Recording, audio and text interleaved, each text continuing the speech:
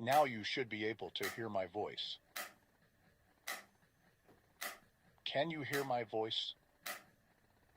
Very good. Now let us begin.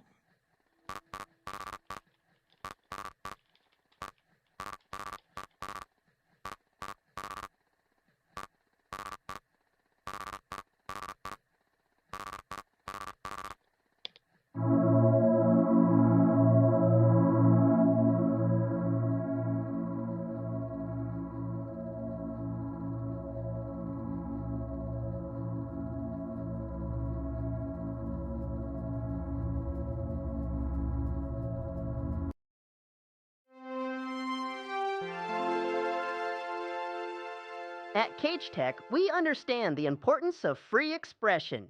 However, not all forms of expression align with our mission statement. When you're ready to learn about your transgressions, click Start to watch our training video. Click Start to watch.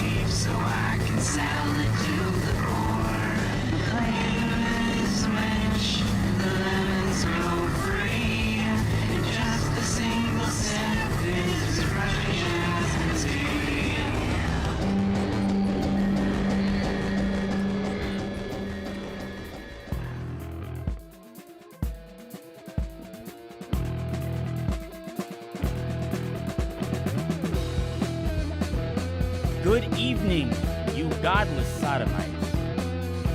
Well, the world is coming to an end, and it turns out that I am a fucking retard, because this is the second time that I did this intro, not realizing that I had not hit live on YouTube.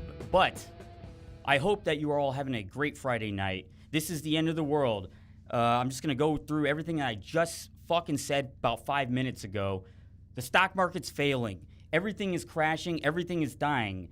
Chuck Norris, dead. Netanyahu, dead. Who really knows?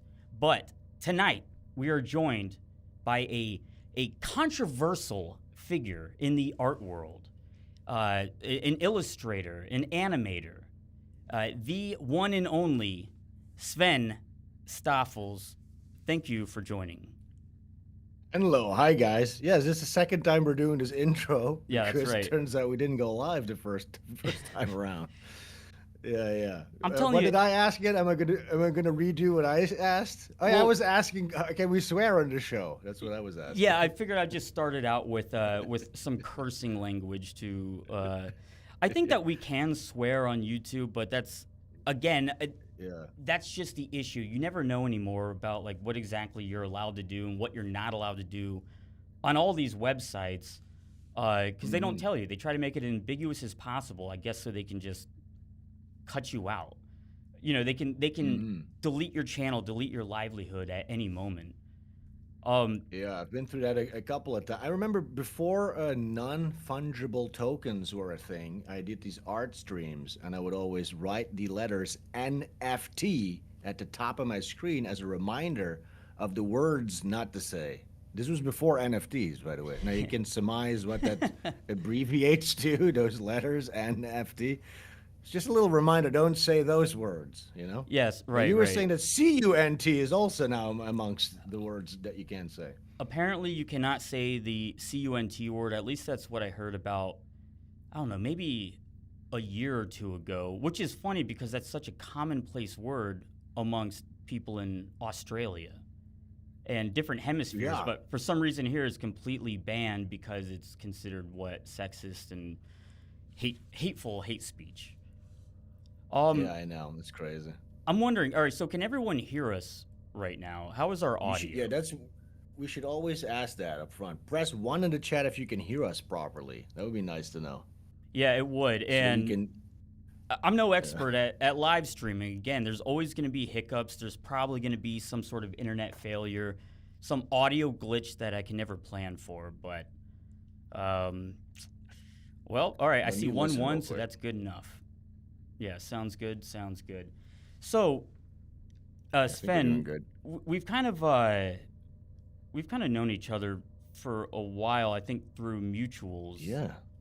That's true. Yeah. When we first started talking, it was years back when I was working on comic books of my own. I forget if you were doing yours at the time.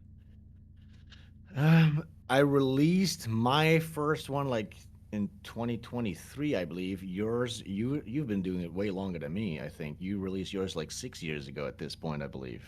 Right? Yeah, I know, and it's kind of shameful even to say because I haven't finished it yet. And yet, what you just came out with, or I guess what's crowdfunding right now, is the Butch Killigan Omnibus.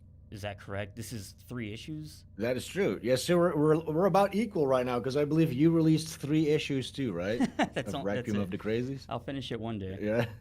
Yeah. You have 8 to go, I believe, was your promise. I said I was going to do 8 total, and I've only done 3.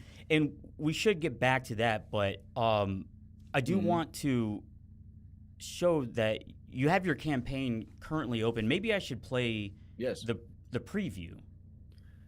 Yes, so I'm on my 3rd volume right now. I do 120-page books, and right now we're crowdfunding the Omnibus edition as well, which combines all 3 books, which is Arc 1 complete, into one big fat hardcover. Yeah, you can show that if you like.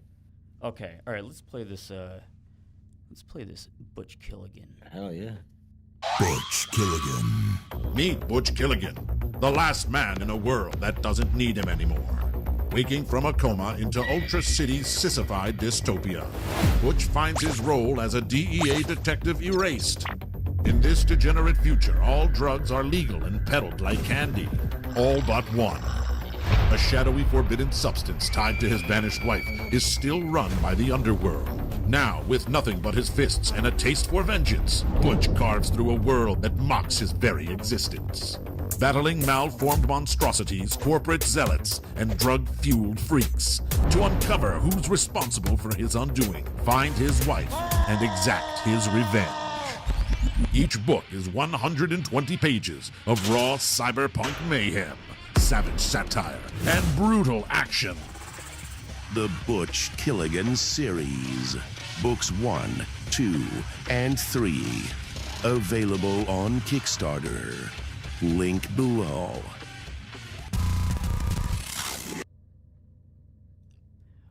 Well, I am insanely impressed by your work ethic to get these books out there. I think the main issue I always have when it comes to comics is, I don't know, maybe not having the skill to draw or complete them quick enough, overthinking, or anything like that. But you seem like you're a powerhouse at this point, considering how long you've been working on it. Yes, and for me, switching from animation to comics was actually like sort of like, you know, when a boxer, they train with weights and then they drop the weights and now they feel loose and free. Yeah. That's sort of what I felt jumping into like comic books, you know what I'm saying? Because when you're doing animation, the storyboard process, which is basically a comic book, that's like the first step. And that's when the hellish nightmare of animation begins. So for me, it was really refreshing, and I could get something out there way quicker. You know what I'm saying, with comic books. So yeah, I do like 120-page books that kind of sort of look like this. So I got three of these out right now, and then yeah, we're combining these three into one big fat hardcover now for the omnibus edition. And that's what's yeah, being it's crowdfunded now, yeah. currently.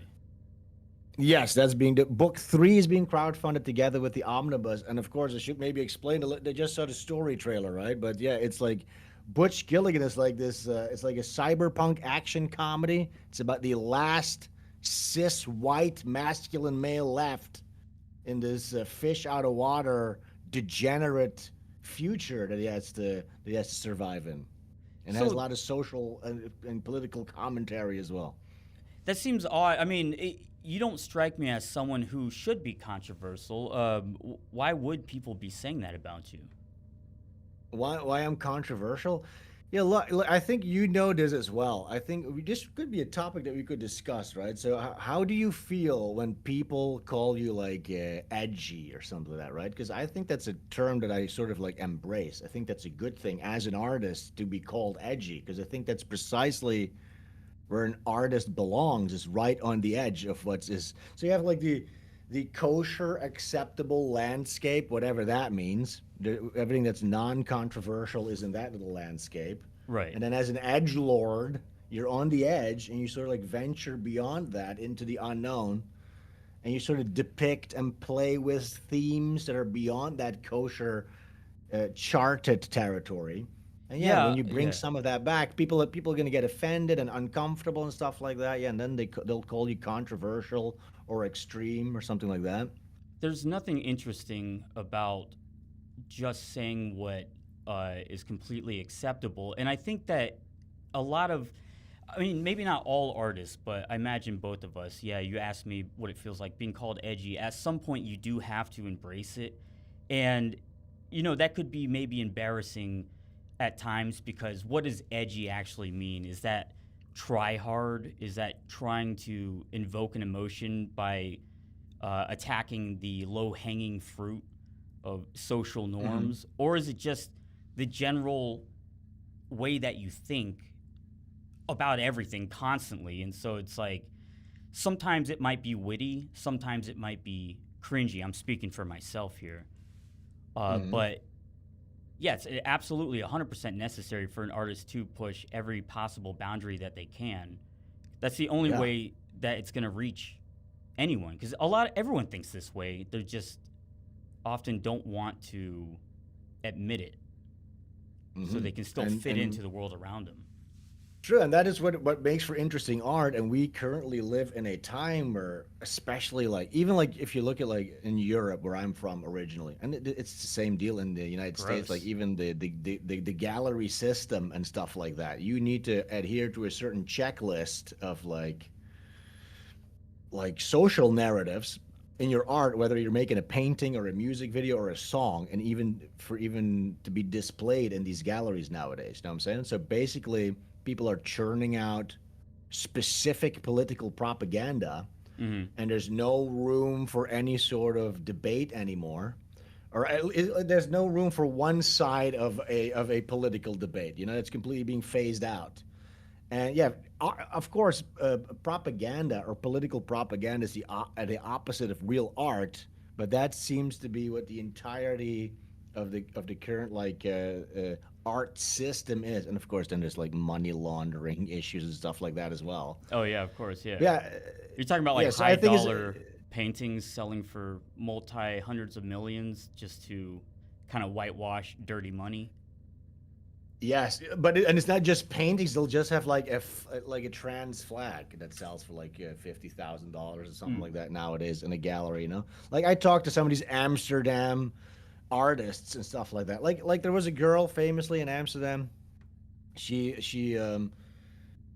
was going to one of these prestigious academies. Okay, and her thesis, this is not even a particularly right-wing person, so that's why it's a good example, okay? It's not like politically aligned with anything, but she made a thesis film about her own experiences with rape or something like that, right? Okay, that sounds fun. Rape, yeah, sounds really like great subject matter. But I believe the perpetrator of this rape happened to be somebody that you don't want to push the narrative off. You know, that might have had like a certain shade of brown or something like that, right? Very uncomfortable, this rapist. It's the unspoken things that you can't say. Yes, but what happened with this woman is this girl, she wasn't allowed to show her thesis film at the art academy, which is sort of like a breaking point. Like, what are we doing as an art academy at this point if like a girl can't show her, like, this didn't used to be controversial in any way, shape, or form.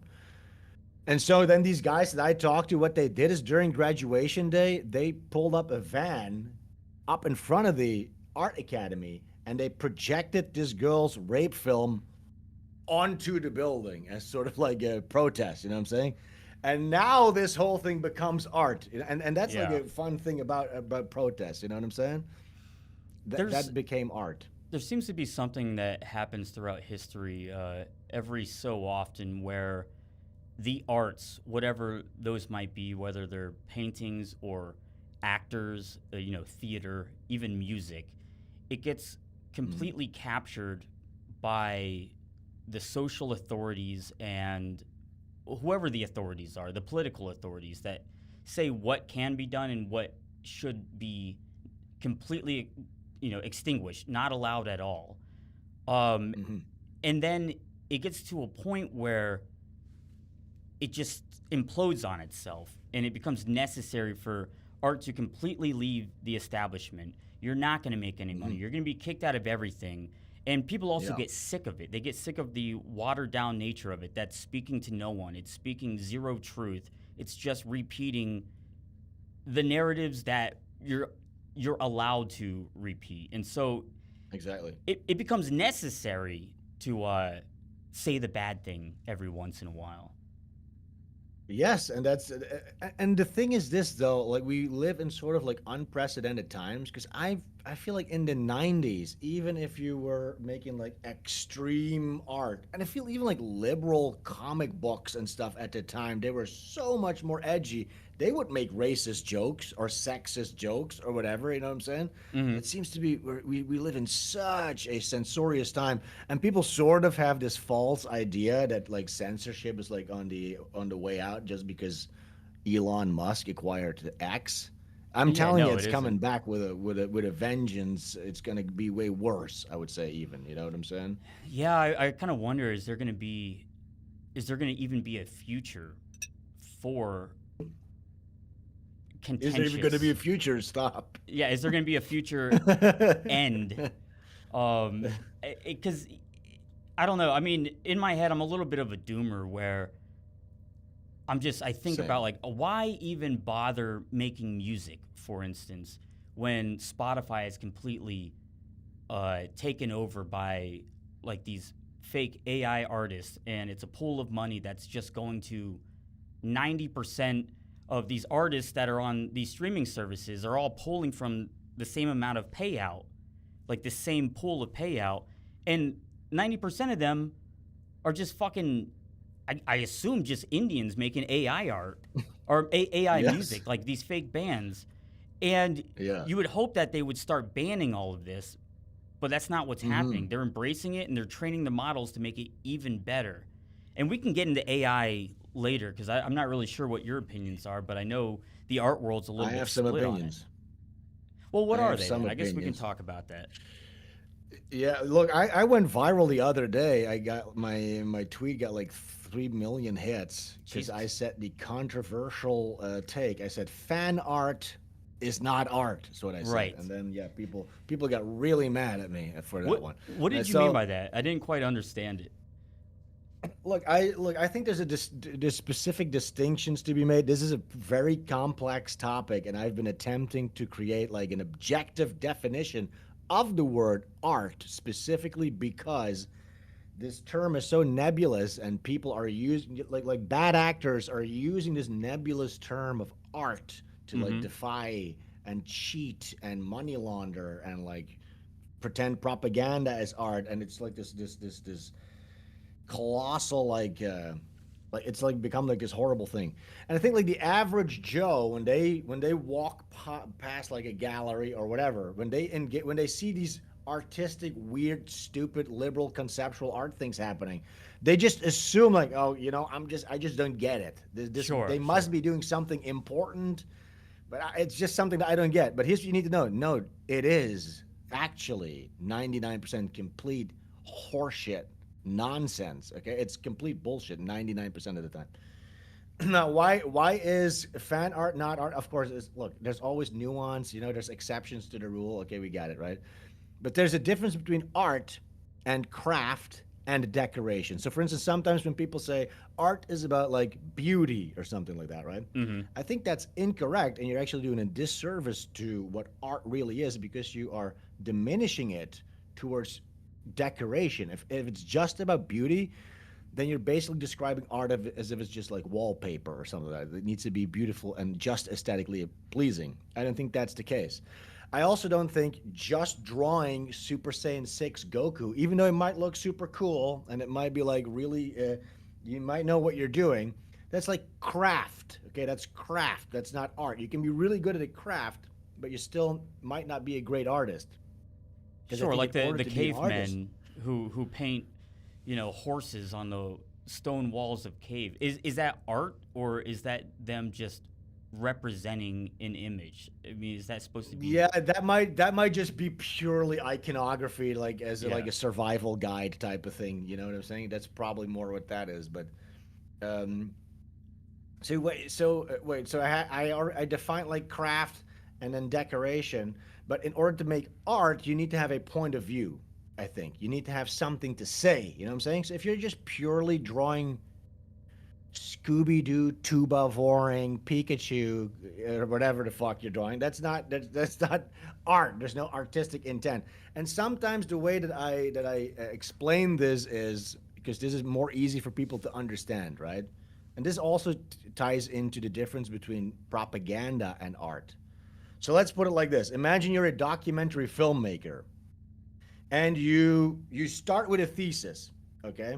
And then after the thesis is where the creative process happens, the making of your thesis, of your documentary. So let's say there's a documentary filmmaker, and he wants to make, his thesis is the pole caps are melting and the polar bears are dying. You know what I'm saying? That might be his thesis. So then he starts to investigate and film and interview people and all this stuff.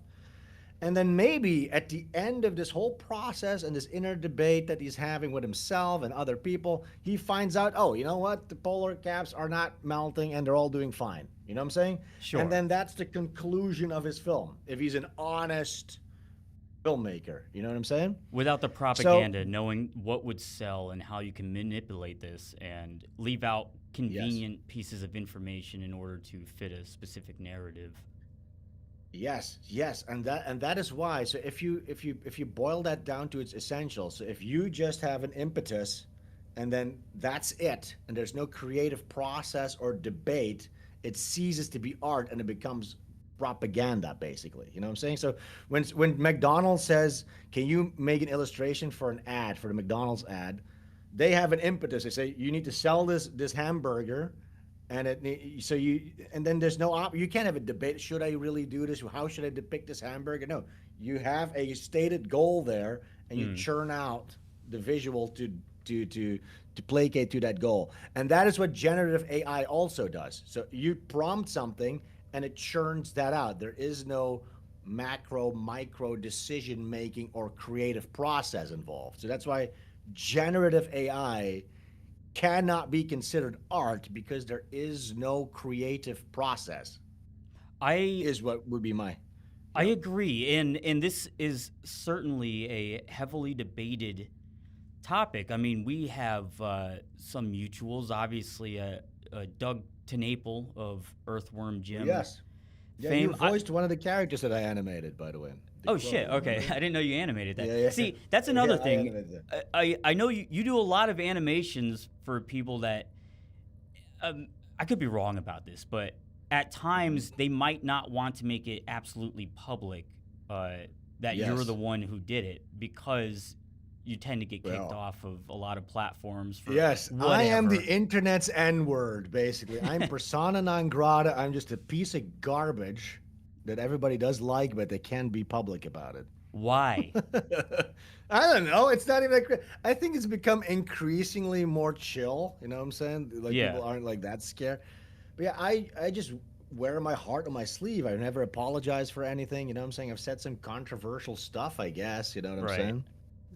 You know, but it's all in the spirit of of art, basically. And you know, in my case, like I'm just a silly goose online. I'm like, you know, I'm not a political pundit. I'm not running for office. I'm an artist. You know what I'm saying? You should expect me to say wacky stuff sometimes. Who gives a fuck? I mean, it all comes from the same place. It's like you think 1,000 ideas a day, and 99.9 of them are probably going to be fucking insane. And then from that, it's going to be something that is usable or marketable in some way or another.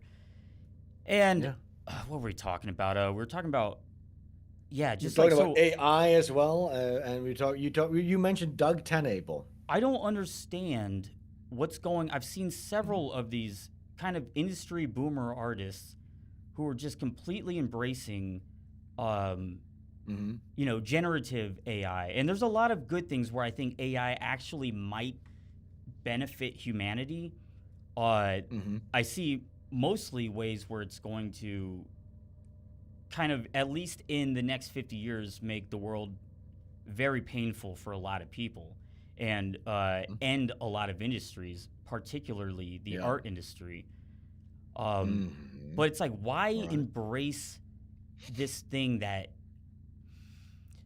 God, I mean, so his whole point about it is it tears down the gatekeeping aspect. So now you don't need $1 million studios and contracts in order to make some fucking shitty 2-minute MCU looking video.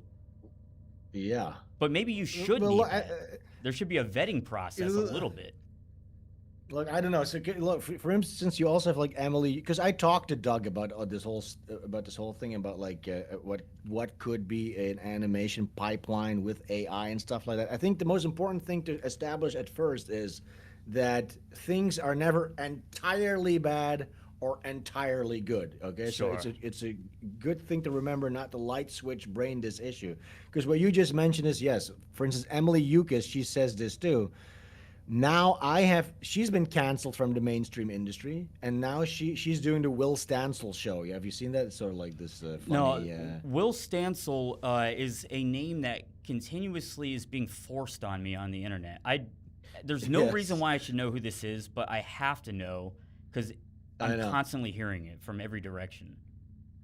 Look, I'm not even that intimately familiar with it at all. I also haven't seen all her episodes yet, but apparently this is sort of like, he's like this, like an activist who has like a degree in African studies or something. He's like a white guy, and he's like cringe, and they're like making fun of him with this cartoon series, like all the way over the top style. It's like a form of activism and comedy, I guess, right? But her contention is this. She says having these AI tools now for her to make her cartoon is more humane than having to outsource that to like a third world country where there's like a Korean animation farm or whatever. You know, where like people are sweating over some cartoon, you know what I'm saying? So that's one argument. And I do think at a certain point there could be, like, but here's the whole problem. So at large artists, and I say quote unquote artists, if we're talking about Twitter artists, they're rejecting AI wholesale. They're saying it's 100% bad. I think that's a fallen bad down on that. Yeah. And yeah, no, I mean, I've gone down that route, and I'm kind of in a weird, I realize that I'm saying things that don't make sense to myself, and I'm contradicting my own takes half the time. So you really can't be all black and white about it, which it's fun to be, but you're going to eventually come out as a hypocrite. Yes, because that's another topic. The people that are doing this, they're fucking themselves. Because first of all, this genie's not going back in the bottle. It's out. It's not going back. That's number one. Our entire Western economy has put all its chips in the AI basket as well. That's another element which makes this inevitable.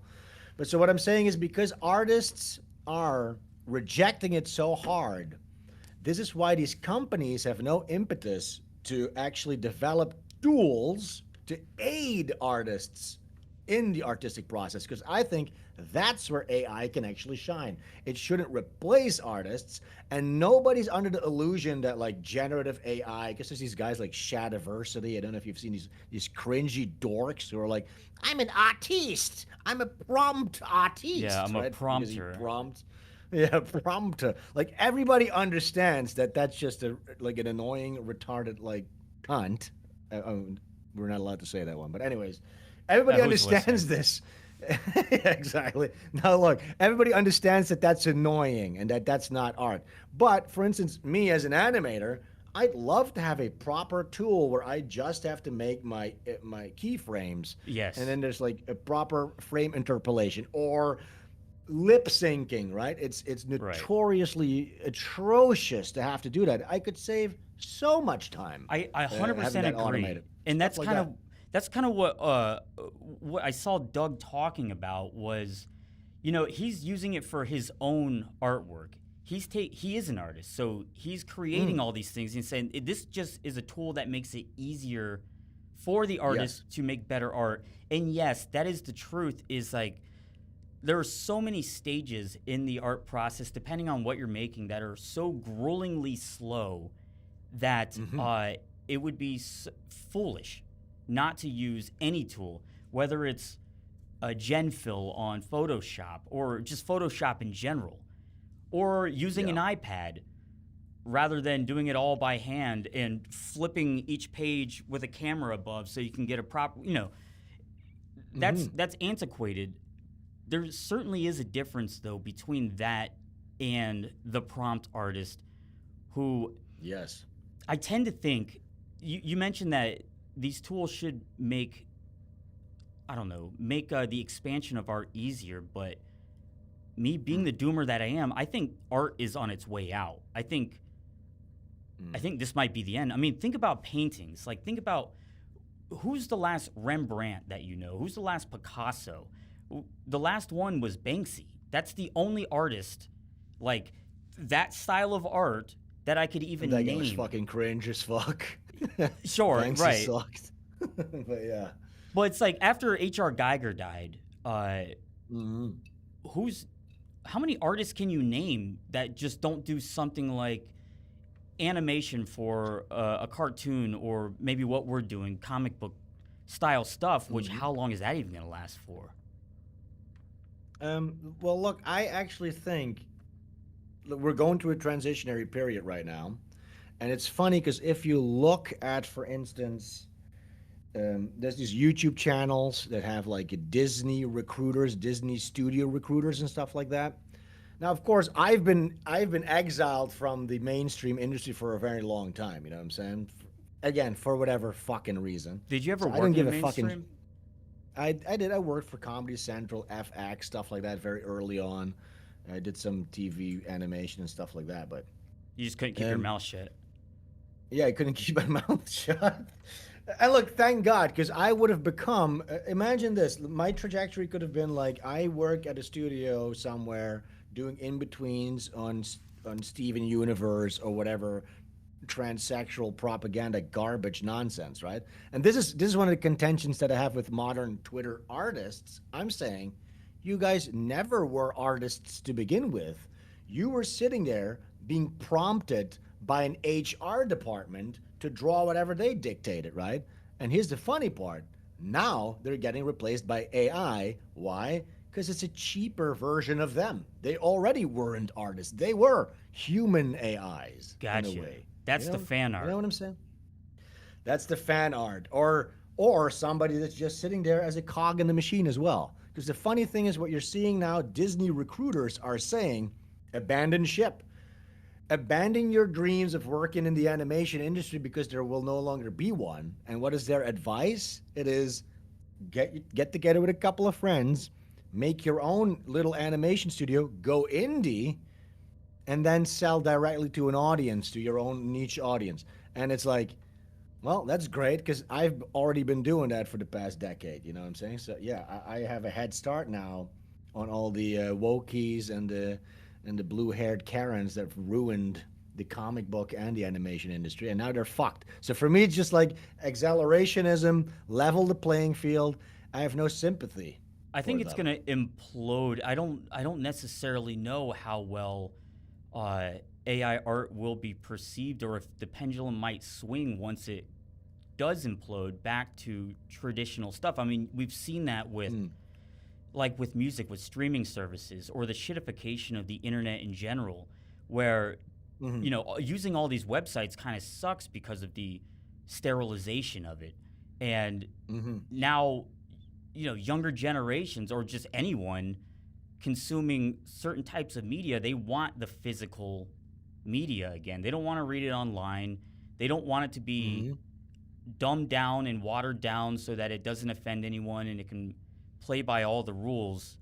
I feel like almost the only way currently to, as an artist, to defend your craft against the threat of AI is by doing things that are against terms of service.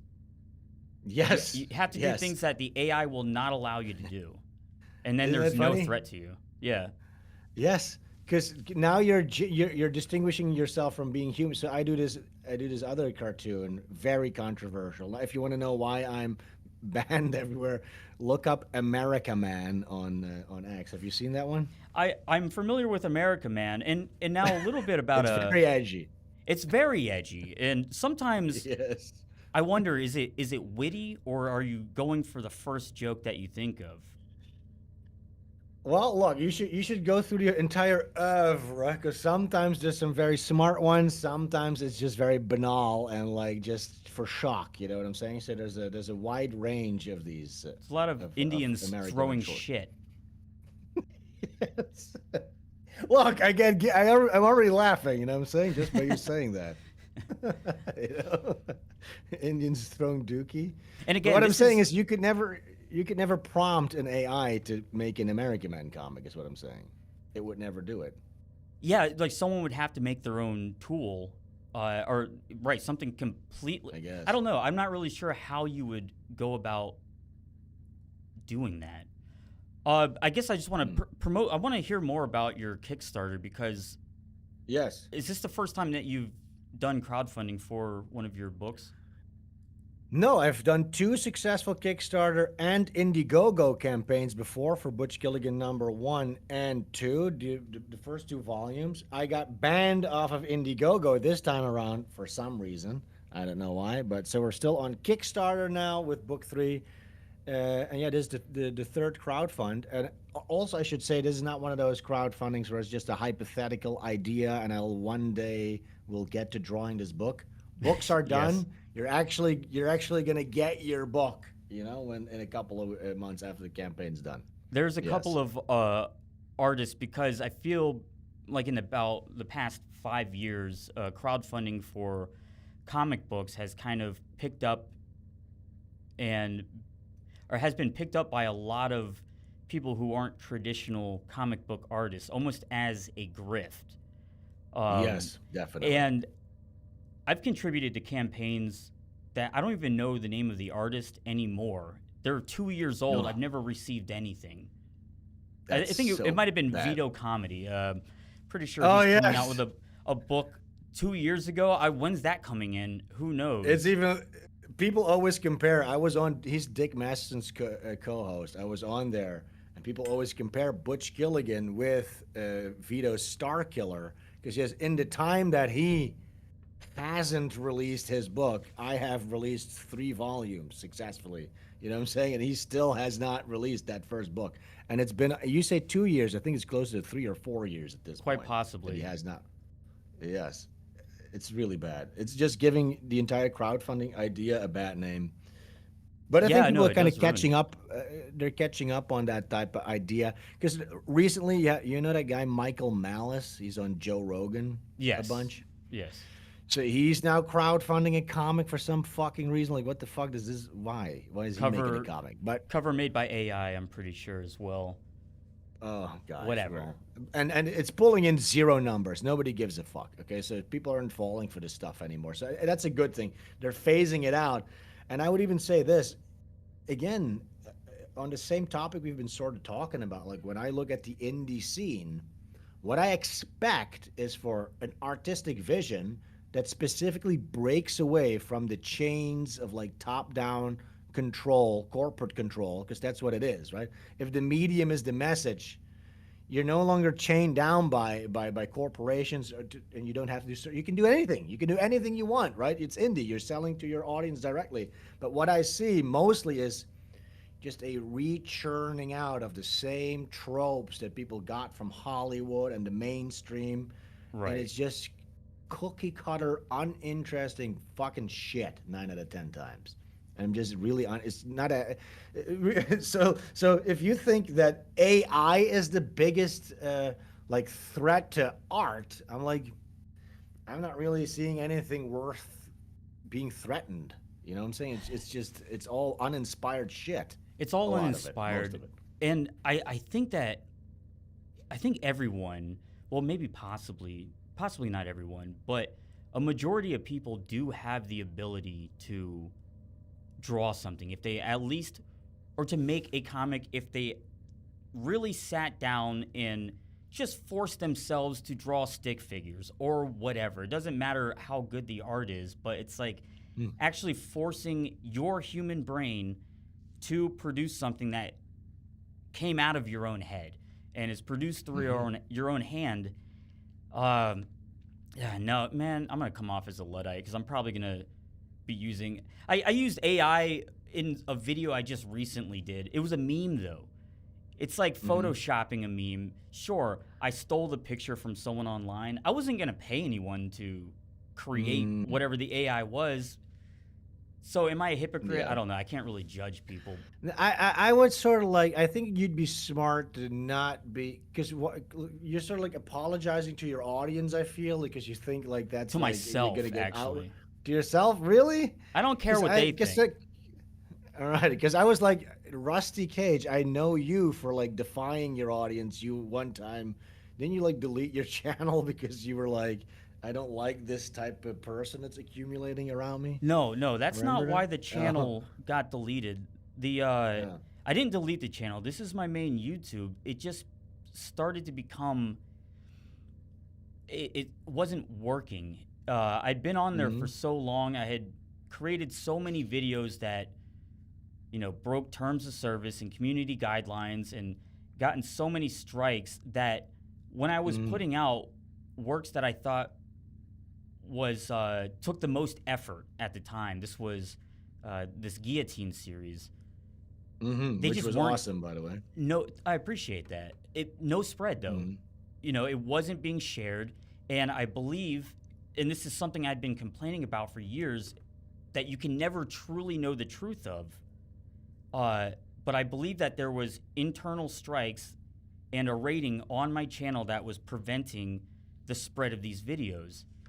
And so it's like, okay, so I have this channel with 1.7 million views. I'm not getting 1.7 million subscribers. I'm not getting 1.7 million subscribers worth of views. And granted, all channels kind of die off after a while, but I didn't think that this was why I don't think it was because I got lazy and I was making slop or trying to continue some sort of video venture that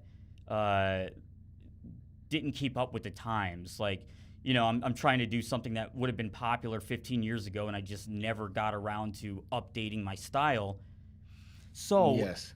it seemed like the channel was compromised, and so I had to make a new I believe channel.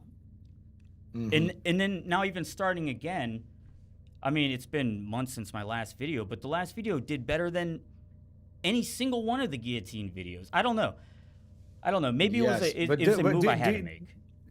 But don't you think that the guillotine series, because there is like, okay, so I'm wondering about this. Obviously, there's like some subtext in there that might make certain people uncomfortable, right? But it's not like in your face. It was very like, yeah, like subtextual and like tastefully done, I would say, right? You can read into it. It was a lot of muted, meaning, sure. basically. Right? Like okay, so it wasn't an accident that the dummy that got decapitated, his name was Jeffrey, I assume, right? The name actually was going to be Nancy before, but Was it an accident? I had to change it to Jeff. So, listen, any single time that someone's named Jeff or Nancy, there's probably going to be a politician that's responsible for All right. fucking kids or worshiping Satan. Exactly. Now look, so I think like, I mean, this would be, we can talk about like Michel Foucault and how like justice has been like sequestered behind like closed doors, and how bringing the guillotine back into the fore, like this would be the perfect time to do that. You know what I'm saying? Yeah, how goofy. It's so archaic because it's almost a false hope. It almost seems like it would be a psyop idea to inspire people to bring back something like the guillotine, as though you're going to be lining up politicians. You're going to get access to them and imprison them and bring them out in shackles and cut their head off. That's not going to fucking happen. We're way beyond that. Probably not. Yeah, we're not storming Versailles and collecting the king and the queen. Yeah, sadly so, I would say, but At least not yet. Something major has to happen. Yeah. So yeah, the collapse of the world. I was looking at I had a little bit of gold. That's gone. Crypto is fucked. Silver's gone. All of it. Benjamin Netanyahu has 6 fingers now, somehow. You think he's dead? I don't think so. Honestly. You know what I'm saying? People were asking me, you need to make an American Man cartoon. Netanyahu is dead. I'm like, I don't think this one would age well. I think he's not dead. I liked, I forget who tweeted it out, one of these comedians, but they were asking the question, like, where will the Netanyahu is dead crowd, like, how will they continue?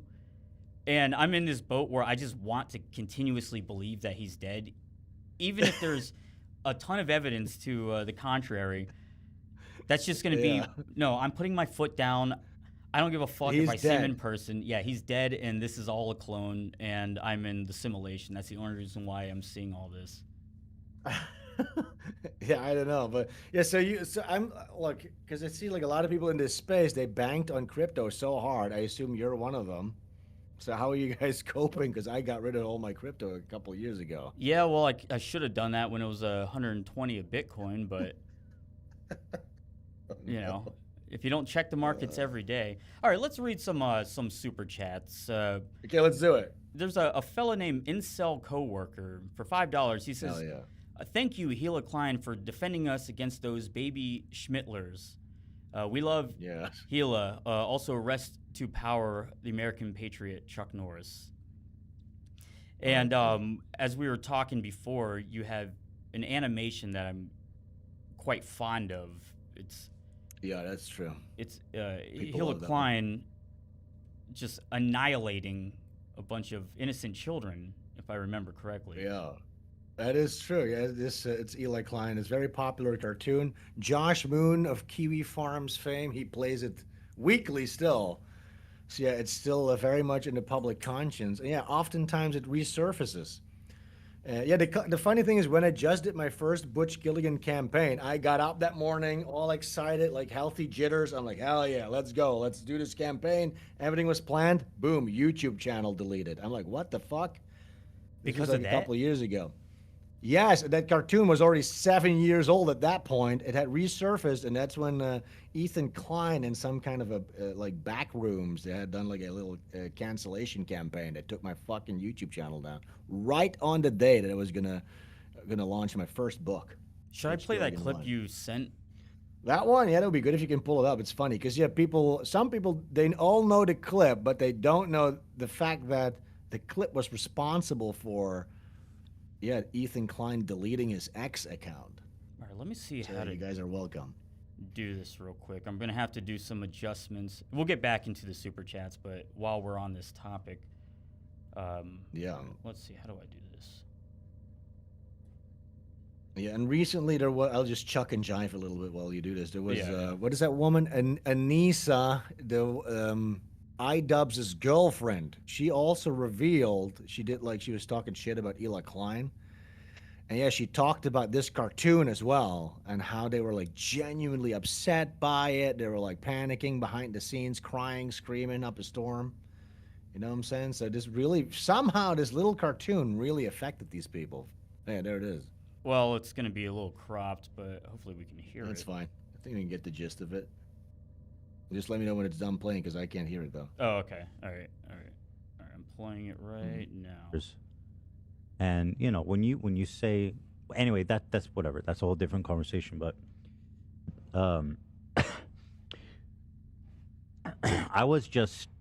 there was one tweet I saw, and this isn't the first time I saw it, but He's so distraught. I saw someone post it, and it was getting lots of likes. And the beautiful irony of this is, so it's a cartoon somebody created who put a lot of fucking effort into making a cartoon of Ela in an IDF uniform with a automatic weapon. And, It's she's showing the clip now. She's got like that kind of Nazi Jewish propaganda face, and she's just killing kids. She's just mowing down his Palestinian babies. And what's kind of, I don't know, it's definitely not funny. I don't know what it is. You guys tell me. I know that shit was made by Nazis, like literal made Nazis. by Nazis, literal and Nazis. the people who I saw who were tweeting it this time were leftists. Mm-hmm. So I saw Nazis and leftists clapping hands together to say, fuck Israel. We agree on that. Let's clap it up, brother. And that was a weird feeling for me, and I was in a pretty bad shape. And damn, so dude, I've been broke trying his to brain a erase little Twitter. bit. I've been trying all weekend. You guys know how. And by the way, I can't. Thank you. I can't deactivate my account because it makes my handle open, which is insane. Obviously, that would be insane to let somebody else grab it. You know, hear this. So that's not an option. So I was trying to figure out ways to just erase all my tweets, all my likes, and it is so fucking hard, dude. I was trying all weekend. It was really upsetting me because I just needed to get out of there. I hear it. Okay.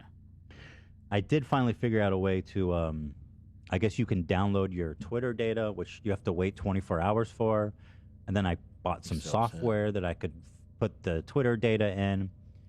And it seems like just right now, like just right before we started the show, it looks like all my tweets were successfully erased. All right. Okay. Aww. Okay. So yeah, you guys are welcome. I deleted Ethan off the internet for you guys. Thank you.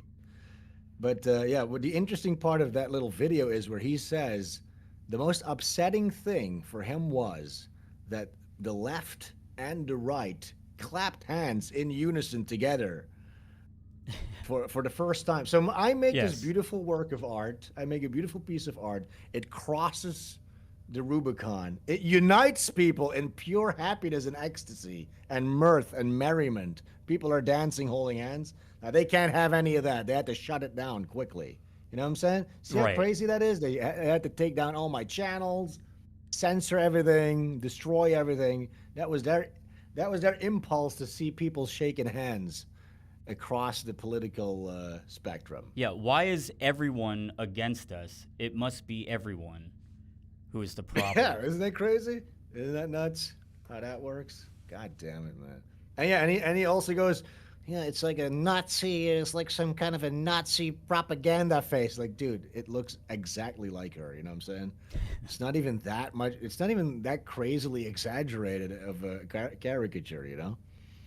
I basically respectfully drew her. Right. Yeah, that was pretty respectful of her visage.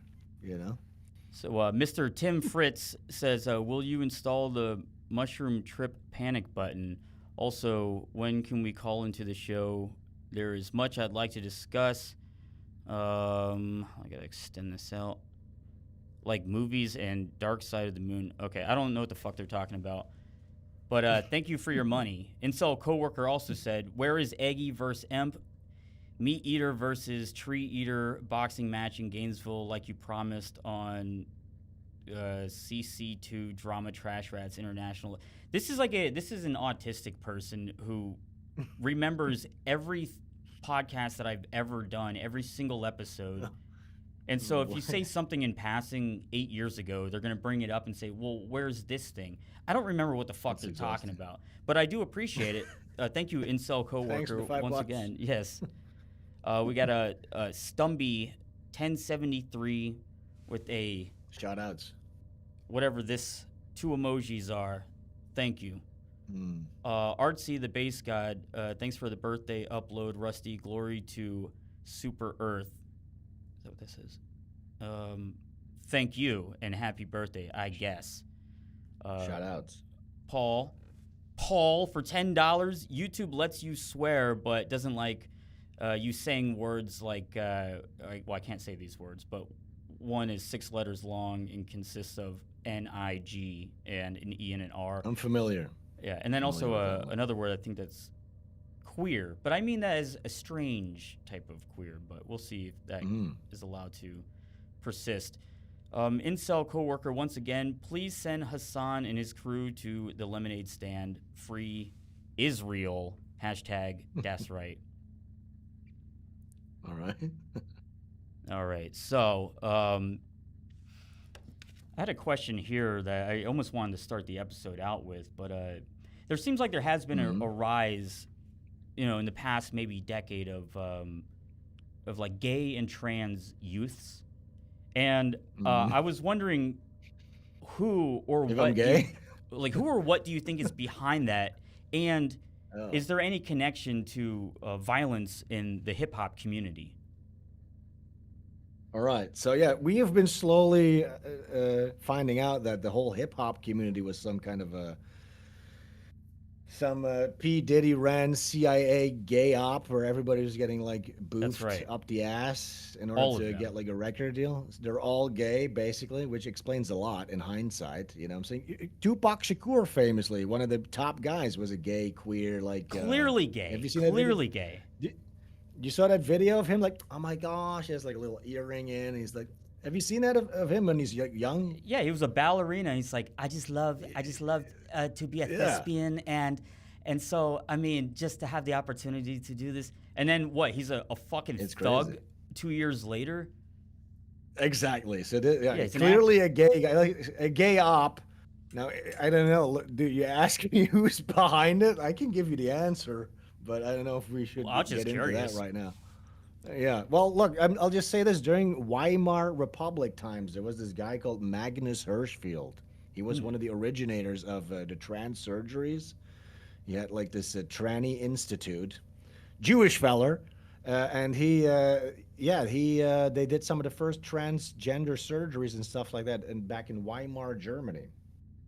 Magnus Hirschfeld. You guys should Google that on your own time. Do a little digging yourself. Seems awfully early to be having transition surgeries, at least in, I don't know, maybe did the science get worse or better since then? Well, look, I don't think better is a worse or better to referring to this, because I even on my last stream, shout out SVEN Streams, my channel, we watched a recreation of a transgender surgery, male to female, done with like Play-Doh and like a little banana and stuff like that. You know what I'm saying? It's still gnarly as fuck. You'd be clutching your scrotum watching this still, even though you know it's Play-Doh that you're doing it with. And the fact that somebody came up with that, like this crazy, like it looks like a Rorschach. I said it looks like Daffy Duck's beak after he got blown up by a stick of dynamite. You know, that's what the crotch looks like. It was just backwards, and then all you have to do is turn it back around to the front side of your face. Well, you know, there's one. Sometimes he has his beak on the back, but sometimes it's like splayed open like this. You know, like when his cigar blows up in a cartoon character's mouth. But yeah, and then they have to sew it all back up. It's just, it really is like, the fact that a human mind could even conjure up the idea to start trying this is just so dark and twisted, I think. It's really kind of one of sickening. these things, though, with the advancement of technology. I mean, even going from something like AI, but all science. I mean, I have always been an appreciator of the advancement of technology and science if it's used appropriately, but then who defines that? If there's no moral standard of what to do and what not to do, then it seems like science will do whatever it can do. Whether it's good or bad, it's just going to do it for the sake of it being possible to be done. It's like the morbid curiosity of, you know, the Japanese scientists who collected all the Chinese prisoners and peasants and then just did horrific experiments on them, you know, spinning them around in circles to see how fast they could do that before their heads exploded or fucking whatever. Can we freeze their arm and knock it off with a hammer? You do kind of want to see it a little bit, but you don't actually want it to be real. Yeah. Now, yeah, what is the motivation? Because, look, first of all, if you look at, like, suicide numbers with people who have went through one of these transgender surgeries, I think it used to be, the meme was, oh, it's 42%. I think it's gone up to, like, 59% at this point. So we're like, but then again, look, if you're an atheist scientist, you could go, well, what's wrong with suicide if somebody's unhappy? Because that science is also advancing that whole thing. You can hop in a suicide pot nowadays in Canada, you know what I'm saying, if you're done. So, like, who's to say that suicide is really a metric of something being bad or not? I don't know. But, and then another impetus is like, yeah, it's like a financial benefit. They're like lifelong doctor visits, right? If you decide to turn your colon into urethra. That truly is, I think, completely unforgivable if you're giving people purposely flawed medical treatment that is only going to keep them a financial slave. But you did ask the question, who is to say that that's bad? Like, where does the opposition come from? Does it just come from a gut feeling, you know, in your gut that you know, transition surgeries shouldn't happen? Is this something that you get from a religious, I don't know, a religious standard of morality? Yeah. Or well, something now we're getting into altogether? the real deep questions of where does morality originate? Is it innate in our own brain? Do we have something like a conscience? I think you can intuit whether or not chopping your cock and balls open with a knife is good or bad. I think if you have a healthy brain, every single alarm bell is going to go off if somebody even suggests kicking me in the nuts. I would go, no, that's bad. But, you know, let alone chopping up my whole junk with a knife. I don't know if I need to read the whole entire Bible and do Bible study to know that that's a bad idea. You know what I'm saying? I think it was Jonathan Haidt wrote some books. I mean, you could call this pop science or whatever. I don't know what would be considered pop science or what wouldn't, but the book was about how morality is not inherent. Depending on different cultures, like one of the arguments that a lot of people might say is, I don't need God to tell me that murder is bad.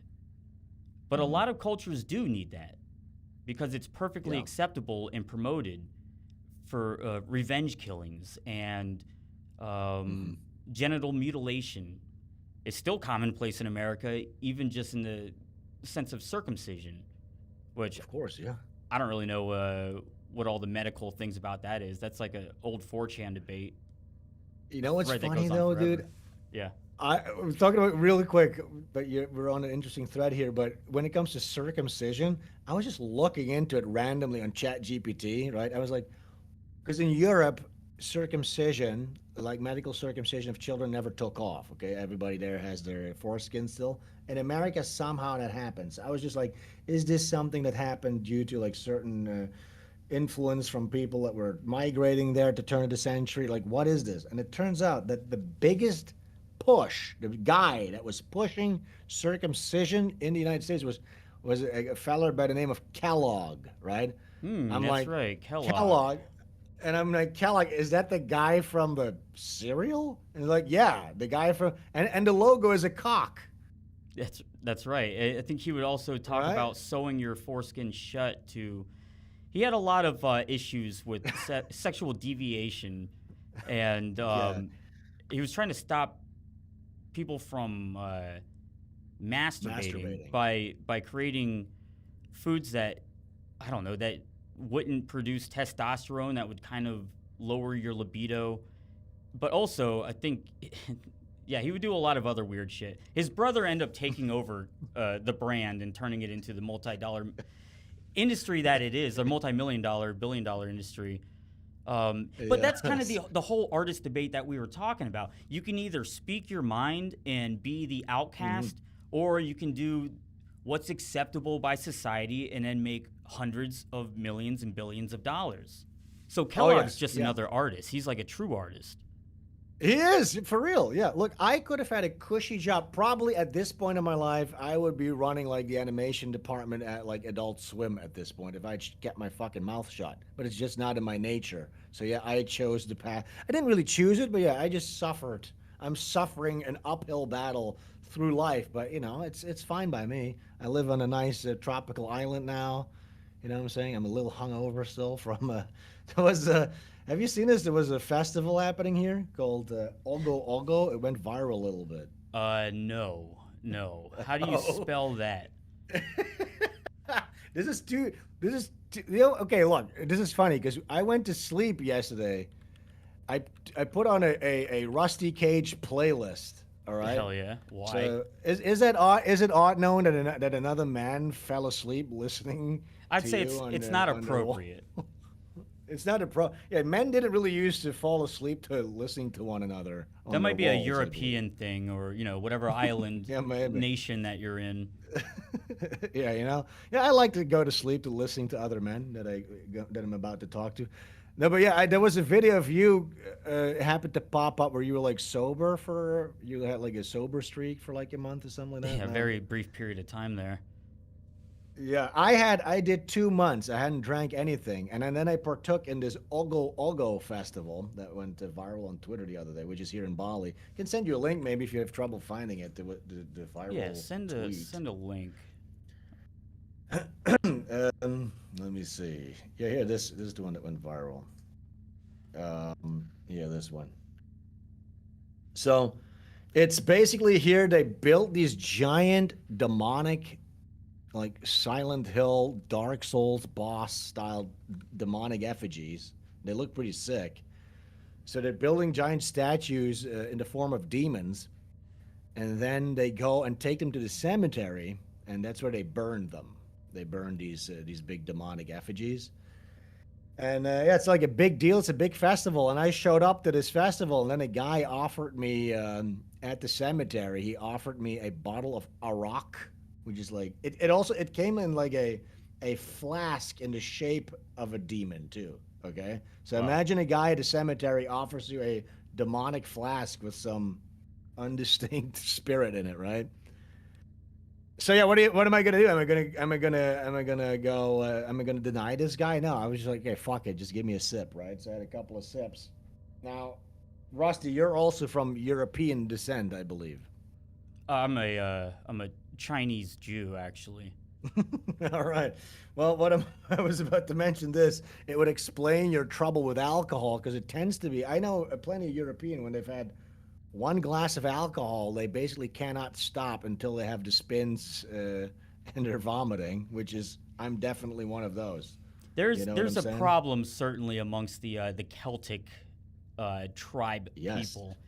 It's Yes. almost like they've drank so much during a their development that without it, it's like not drinking water. There's something wrong. The body needs it so it can act It to its is. full It is. efficiency. It's so odd, isn't it? Yeah, I we could just can- be we an can, alcoholic saying that. You know what? Give me a second. I'm gonna take a shot real quick. Okay, go take a nice little shot. Probably early for you. Yes, it's a little early. Yeah, I would love to though. Like you just saying that, it makes me Jones for a shot. To be honest. Well, I might have a you know, couple later. the day is never too early to start. I mean, it's like 10 a.m. here. I might go hang out by the pool later, have a couple of shots. You know what I'm saying? You're inspiring me. How much do you But work? yeah, I so- mean, you're. Oh, sorry. Go Hold ahead. on. What were you gonna say? Well, I was gonna say, so this festival was 3 days ago. I hadn't drank for 2 months, so I drank alcohol with this guy that tasted like more. I got a whole bottle of that coconut stuff called Arak. I finished, I think, like a whole bottle, and I still have a hangover now, like 3 days later. Yeah, you Basically, probably is got what I'm trying poisoned. to say. Probably, yeah. It's crazy. By the way, it's something funny that you just mentioned. You said the Celtics, what, the Celts? Yes. There's another crazy thing that happened to me here in the jungle. So I was doing a stream at one point. By the way, have your shot. Prost. Cheers. Matrushka. I wish I had some, but I don't have anything in my house. But cheers. I was doing a stream at one time, and I felt like a weird bump in my neck. Right? I'm like, what the fuck is this? Right Oh, after the stream, God. I go look in the mirror, and my chick at the time, my ex, she's like, "That's a spider bite." I'm like, "What?" It was like 2 big bumps in my neck. Right? Yeah. She's like, you got to go to the hospital right now. I'm like, really? Is it that bad? She's like, well, do you want to get paralyzed? I'm like, whoa, I didn't know it was that bad. So I go to the hospital here. They take blood tests and stuff. Now, it turns out it wasn't that bad. I did get poisoned a little bit, so I had to lay down for the day. But then after my blood results came back, it turned out that I had hemochromatosis, which they also call the curse of the Celts, which is what made me think of this. And it turns out that a normal human has like iron levels of like 50. It's called like ferritin. You have like 50 in your blood. And my blood iron levels were 1,050. Okay. A shitload So it of was like- iron. It was way too much, and then I had to go here. I'm literally in the fucking jungle, okay? I had to go drive out into the sticks into this little shitty, dingy clinic that has like chickens running around in the front to do like blood phlebotomies for a while, where they just take my blood and then I guess they just throw it in the garbage. I guess. They'd probably Which was a sell whole it. goddamn. And I don't know. It might be too potent for these little jungle Asians. Yeah, they You have to know? dilute it a little bit. Probably, yeah. Well, what made you want to move out to these jungle regions? Is it because they have lax laws on the age requirements for marriage? No. They do. They don't have anti-Semitism laws. Also that, but no. Look, I'm doing the digital nomad thing. You know, like I Let's was see it. like in my, yeah. Sorry. Are we still on? I just saw one of these hiccups in the stream. It says live for me. Okay. Yeah, I just says saw live like for whatever reason. Sorry. Mhm. It seems like it's all right. Guys, can we press 1 in the chat if we're still live? Just ask the chat. Let's see. We're getting A bunch of Okay. liars. People are saying, yeah, that's what is making them stay. Yes, of course. Yep. No, I'm not one. Bali also is not really known for that kind of sex tourism stuff. Bali's more like very annoying, like bohemian hippie influencers and stuff like that. You know? Interesting. I might have to visit Bali at Yeah, some why not? point. Yeah, dude, Wait. it's awesome. You know, like Arthur C. Clarke, it's kind of close to Singapore? Or no, it isn't, is it? I mean, it's probably like an 8-hour flight. Sri Lanka, that's what I was thinking. That's like where Oh. like Arthur C. Clarke went to have infinite Mm-hmm. access to children. I'm not saying that that's what you went to Can we Bali not for. You- bring this up? I have nothing with children. You know what I'm saying? I'm well, just a you're the one normal talking guy. about it, you know. No, I didn't bring that up. No, I'm here just to chill. Like I said, this is an old Dutch colony, And I was looking for a place that was really weird and wacky just to go to for a little bit, right? Switch things up instead of Yeah. like sitting in my office in Europe all day long, paying 36% unrealized gain taxes to my gay communist government. I was like, you know what? I'll just go switch it up for a little bit. That seems like that's going to be the future that everyone's going to have to make a decision about soon. I mean, the American dream certainly seems to be dying with, I guess all governments are corrupt. All politicians are probably evil down to their core, but the dream of America is dying, and it just costs too much. So everyone's kind of looking like, where do you move to? Where do you possibly move to? Bali, I guess. Yeah, Bali's nice. I would recommend that. Even Vietnam. Vietnam is even. It's so too hot. So crazy, right? Look again. I just said my communist gay government in the Netherlands. That's not a joke. We literally have the first gay prime minister now that just got elected. He literally is a communist. They're doing 36% unrealized gain tax. So imagine right now your stocks are down, your gold is down. You would have to still pay 36% on your unrealized gains. You understand? That's insane. That is insane. On unrealized gains. Is that the first place to do that? I mean, I'm ignorant about this, but the first place to introduce unrealized gains was the Netherlands? Yeah. Then they just did it. I know. So I'm so glad that I'm not there. I would be so fucked. So I would have, if I was still there right now, I would have left immediately, right? And what is happening is the upper class entrepreneurs are all leaving. So what you're going to be left with is like a middle class that is paying taxes to pay for mass immigrants to come in to take up housing. It's just a disaster. It's fucked. The whole place is fucked. Well, the way I see it, I mean, there's only so many immigrants, in the stockpile. Eventually, they're going to probably run out. Well, look, if you're going to be bombing Iran, there's going to be a bunch more that need to go places. Yeah, I mean, that's another thing. We're just constantly in a, at least recently, I don't know if this is all related to, I don't know. It seems like all these knots are quickly coming together into a tight bow. We're dropping a couple frames here, so I apologize to the chat. We're going to allow the internet to get back. Yeah, let's see what happens. Yeah, we're back, I think. You were talking about what the fuck? Why would it go from full green bars down to one red bar and then back? There's someone in my neighborhood who's using the internet, and I don't like that. I'm going to have to go door to door and tell them to quit. Yeah, that's right. I'm going to be smash their fucking computer.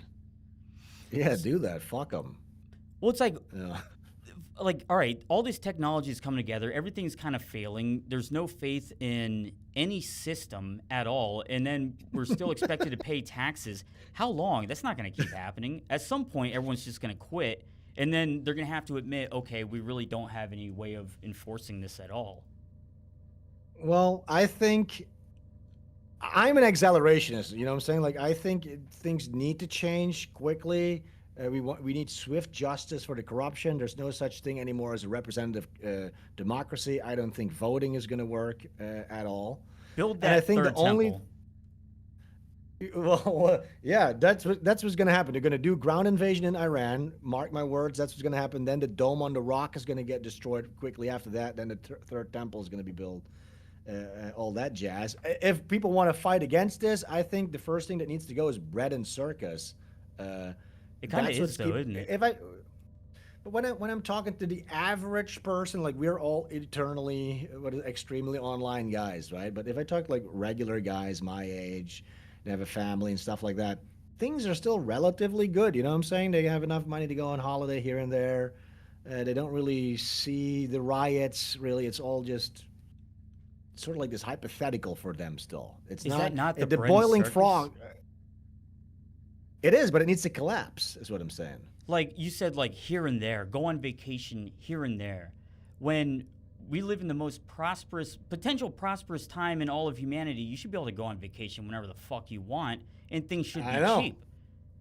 It shouldn't be like one vacation a year to visit Thailand for whatever reason, because they have great temples. That's You should be able to do that multiple times a year.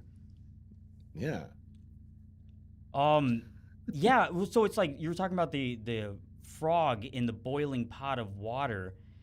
Is it the normies, the IRL normies, that as long as it's good, as long as they can pay for their DoorDash and watch the 3rd season of Severance Yes. and be like, yes, this is great. Oh, I hope they bring Big Mouth back. That would be fun. Yeah. Oh wow, there's a new McDonald's burger. Oh yay! Loki season 4 is coming out. Yeah, and they can get DoorDash, the soccer game or the football game. They can get to enjoy that. Then the song festival. Like I was like amazed that people were still discussing the fucking Oscars as if it had any kind of merit. You know what I'm saying? No, that the Oscars. Well, did you actually see people that you had any sort of faith or respect for talking about the Oscars? Kind of, yeah, kinda. Yeah. So you must have saw Sinners, that great movie where Michael B. Jordan did probably one of the greatest performances of all time. He did something that's never been done before. He played himself as 2 different characters that were twins. Yeah. Holy shit. Yeah. Doesn't every black guy do that? Didn't Yeah, Eddie Murphy. Eddie Murphy played 7 guys, I believe. Martin Lawrence. Martin Lawrence. That's what they all do. Yeah. Well, Medina. Tyler Perry is. I don't even think this is a national treasure. Is what you're saying. Yes, a national treasure. I remember an interview with Tyler Perry, and I'm sure the person who watches every single episode of every single thing that I've ever done will recognize this story. But I think it was Tyler Perry talking on Oprah. And he was talking about how many times he got raped by a man. And it was 3 times. And it wasn't in his childhood youth. It was like constantly kept happening to him into adulthood. And it's like, bro, at some fucking point, you have to admit, avoidable. Yes, yeah, this should not be happening. Unless you're in the worst. I keep getting raped when I go to these dark rooms and kneel in front. And I put on my knee pads in front of this glory hole. I keep getting face fucked. Yeah. Well, I need to find that clip. I mean, who knows if you can find anything anymore. Now it's so hard to find any sort of media that backs up any information that gives you an idea as to what is actually true in reality and what isn't. Especially that now would be good during wartime.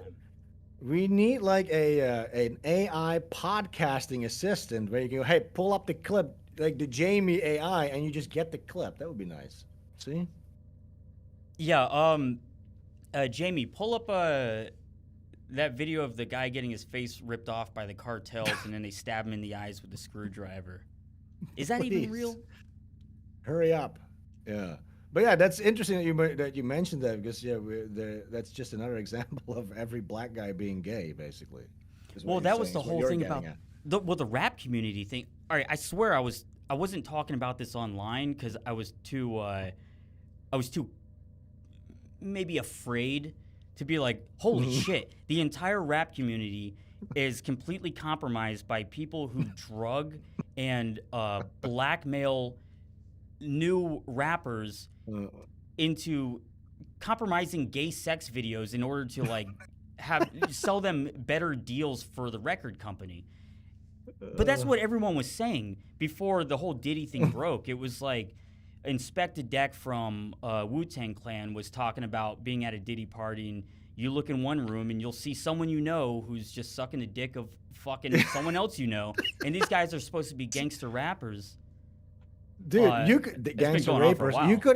You could have broken this story if you just fought this self-censorship idea. You need to stop doing that. Nobody needs to self-censor at all anymore. I was trying to build this story. I really was. I had it written down in my notebook. I had it written down. This is not a good thing to have written down on a dry erase board in your living room. The entire rap community is compromised by gay sex, like blackmail. It just. Guests ask, your parents when they visit, they're like, what's this, hun? Well, don't worry about that. You're not ready for it. Okay. Yeah, Lil Wayne, why the fuck did you kiss Birdman on the mouth? Oh, yeah, I in saw that too. Yeah. 4K. That was a fucking weird and uncomfortable thing. Okay, Yeah. well, I guess he was 10, 11 years old when he was picked up by Cash Money Records back in the early 90s. Kind of odd, too. Why doesn't anyone investigate this person? What happened with Diddy? There was all this shit where Diddy was like the Epstein of the rap world. There were all these rappers. There were a lot of like allegations of rape amongst people like Usher, I believe, was from getting Barbados. Sure, Usher, absolutely. Yeah, those videos where he was talking about hanging out with Diddy when he was 13. God, what the fuck is that? I don't know the chick from Barbados. I really know nothing about rap. You know what I'm saying? I avoided that mostly. Why? You seem like you'd be into rap music. Yeah. You're certainly opinionated about it, aren't you? Look, I'm just interested in like black rape and black humiliation and stuff like that. I think that's kind of funny, you know? Do you think that Dave Chappelle escaped his humiliation ritual, or did they get him in the end? Let's think about that. He, in the rear end, he converted to Islam, didn't he? Then he escaped to the desert somehow. Maybe that was the whole reason for this. Yeah, I forget. He doesn't seem like he got raped. If I had to put my bet on one black guy that didn't get ass fucked, it would probably be Dave Chappelle. He doesn't seem like he got ass fucked that much, at least. Yeah, I mean, I guess the whole thing with him was they were offering him the big money for the third season of the Chappelle Show, and then he turned it down, moved to Africa.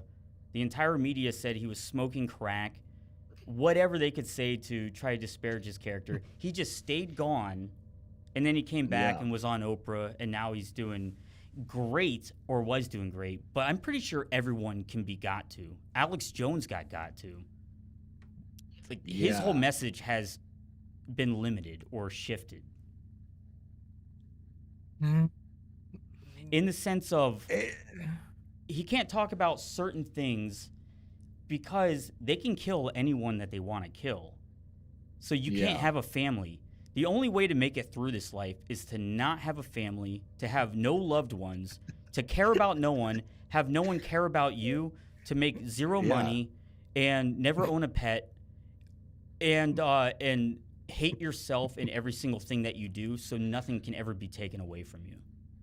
Yeah, then at least you can speak the truth and have like you know, you don't have to feel bad about yourself though. But there's a lot of sacrifices that need to be made. I wasn't saying that's what you did, but no, that's sort of what I did. No, that's basically my life that you just described there. Move to Bali, and work for yourself. Produce your own. Wait, I gotta get out of this one. Indie comic books. Butch Killigan, yeah. You basically can't have any sort of life at all or happiness, but look, at least you get to make comic books that speak the truth and have substance. Dude, it's fucking hard. I am not an artist, like in the traditional sense. You are an artist, though. No, I'm too slow. Comic books I love them. It's so it takes up so much time if you're not like doing this all day long. You have to be mentally ill to do this. You have to have like a real passion for it because it barely makes any money either. You know what I'm saying? At least from the crowdfunding end, because people don't know. Like you did your own fulfillment and stuff like that, which is hellish, but at least you get like I can't figure it out. You retain some cash at least, right? Yeah. I mean, I guess I pay for it all rather than what I something in my head. I have a publisher. Really? Okay, so you don't have to handle any of it. No, and it's impossible because I'm not in the United States, right? I'm in Southeast Asia, so shipping. If I would have to ship packages from here, it would just be impossibly expensive and not worth it at all. But yeah, people see relatively big numbers on these crowdfunding campaigns, but they don't understand like on the campaign itself, like 3/4 of it goes into fulfillment and printing and all that fucking shit. You know what I'm saying?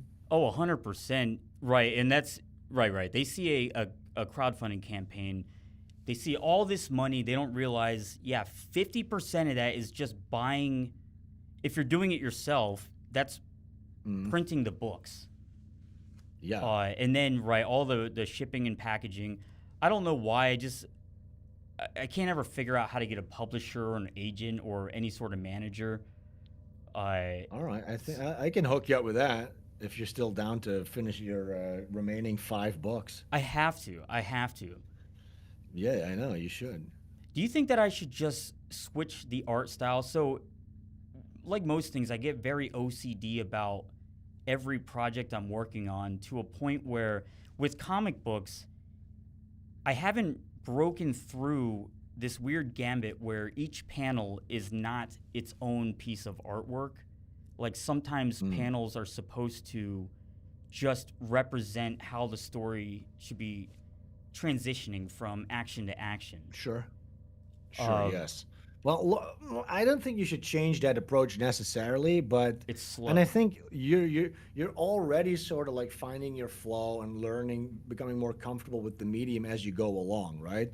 Because yes, there is certain things that you should consider like shortcutting, you know? Like I remember this when I was in animation, for starting off in animation, I would be a perfectionist. I would do like full background paintings for a shot that's on screen for like 1 second, you know what I'm saying? Yeah. And it's like, that's retarded, because if you then understand the medium, first of all, a shot appears on screen, it takes 500 milliseconds for it even to register into a person's mind, okay? Right. And then the next 500 seconds, people look at the eyes, okay? So the vision goes to the eyes of a character. They don't even see the periphery. So you could put a background with a bunch of dildos or swastikas and nobody would even fucking see it. It wouldn't register in anybody's brain. I was thinking like buildings or trees, but dildos and swastikas. Oh, not swastikas? I guess it depends on where the story goes. I'm just spitballing a little bit, but you know. Do you think that same thing applies? Does that apply into comic books as well? Because I mean, when you look at like Korean or manga, they're pumping these out so quick, and so the backgrounds are just gray. You know, once you establish a setting, you don't necessarily have to do that every time. People can. Yes, yeah. So you have your establishing shot. You should kind of look at it like a theater set, kind of. You know what I'm saying? Like, if you go, I don't often go to theater. I've heard Doug TenNapel make this comparison, right? So it's like set and scene. You establish a background with like detail, and then after that, because if you go to like old school theaters, they have like an approximation of a room. You know, it's like this abstract shit. Right. You can just understand. You can guesstimate what the location is at that point. So yeah, you don't need to go in meticulous detail constantly. Yeah, you can definitely get away with more abstraction. So this is just nerdy questions, mainly for myself and not for anyone else, because I am fascinated by the workflow of these comics. Are you working all digitally for Butch Killigan? Yes, well, I'll do like concept sketches and stuff like that initially on paper, but mostly I work digitally, yeah, with Clip Studio Paint is what I use. Okay. Now, animation, now that Adobe is completely fucked, and I tried working on Adobe Animate, I think it was last year, I figured out how to use it. It was so glitchy. I don't know if that was just me not knowing all the nuances, but I did not mind that they were ending the program. It pissed me off. Is there any replacement to that? Well, look, so I tried moving to different software like Toon Boom and this type of stuff, but I'm so intimately familiar with like Flash, and that then later became Adobe Animate, that it's just such a hurdle for me to switch up. It's like ingrained in my psyche the way that interface and the logic of that program works. So for me, I will probably not switch. And then secondarily, I don't really give a fuck that they ended the license, because I don't pay for that kind of software to begin with, you know what I'm saying? So I don't give a shit.